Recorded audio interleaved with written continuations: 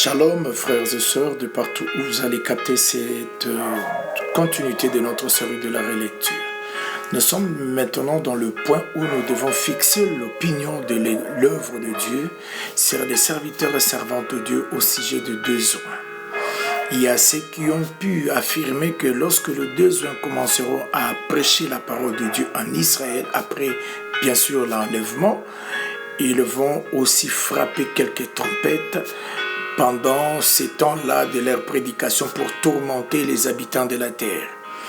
Donc il se réfère avec ce que l'Écriture dit dans Apocalypse chapitre 11. Et si quelqu'un veut leur faire du mal, il faut qu'il soit tué de cette manière. Vous voyez? Il mélange cela avec les versets qui suivent aussi, qui dit « Les habitants de la terre et ont été encore une fois de plus, tourmentés par la présence de Dieu. » Quelque chose qui n'est pas la bonne lecture. Voilà pourquoi nous vous invitons vraiment à comprendre que nous amenons maintenant la relecture de ce que nous devons présenter. D'ailleurs, allons-y d'abord dans ce qui a été avant de parler de ce qui sera. Quant à ce qui concerne ce qui a été, lorsque Moïse pose l'acte du rejet du Seigneur dans les jours à venir, il a été rejeté par ses frères. Tout en étant rejeté, il alla s'installer dans la maison d'un Madianite appelé Jéthro. C'est là qu'il va épouser une femme du nom de Séphora. Et elle aura maintenant la grâce de donner à Moïse deux fils.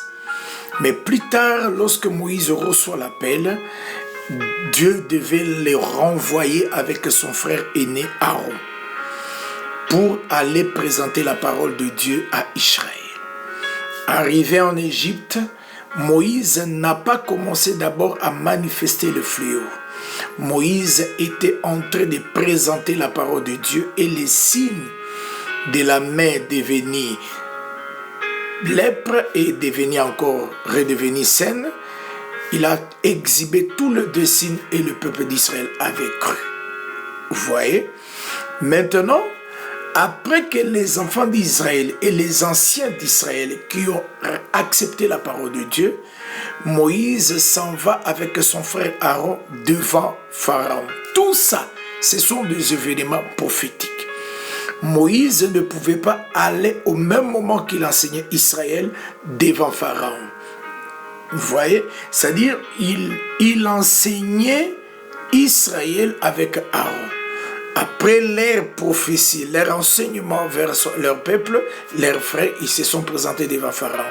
Ces derniers maintenant vont manifester ce qu'on appelle l'arrogance.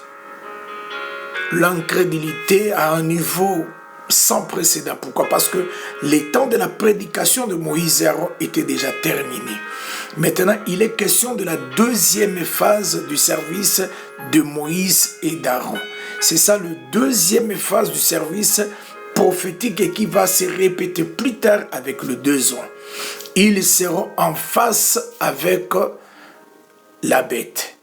Et c'est ainsi que vous allez comprendre et remarquer que lorsqu'ils arrivent à ce moment-là, que Pharaon va commencer maintenant à poser la question « Qui est éternel pour que je le craigne ?»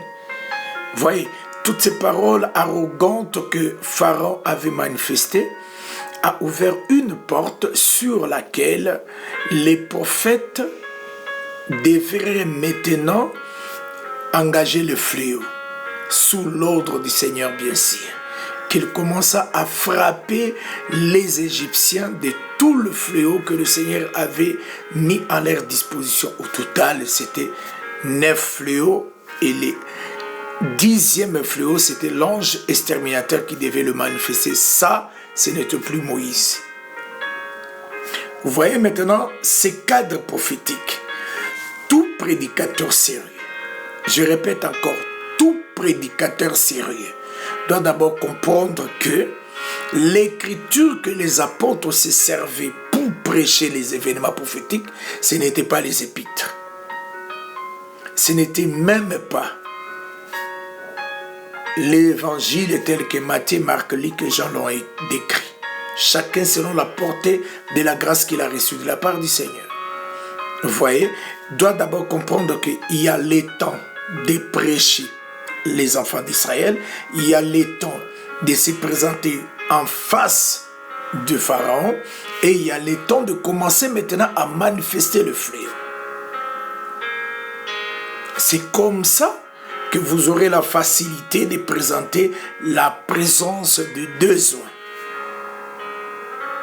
Je donnerai un autre tableau, si vous le voulez bien sûr, je donnerai un autre tableau pour apaiser les esprits, pour nous amener à comprendre dans ce premier numéro la vérité, rien que la vérité, et bannir la fausseté quant à ce qui concerne l'emplacement prophétique de certains événements. Retenez que dans le premier tableau que je vous présente, Moïse et Aaron n'ont pas frappé les Égyptiens pendant leur prédication. C'est très important de souligner ça. Et deuxième point à souligner, Moïse et Aaron ont écouté les paroles arrogantes de Pharaon avant de frapper les Égyptiens. Que la paix et la grâce du Seigneur soient avec vous au prochain numéro.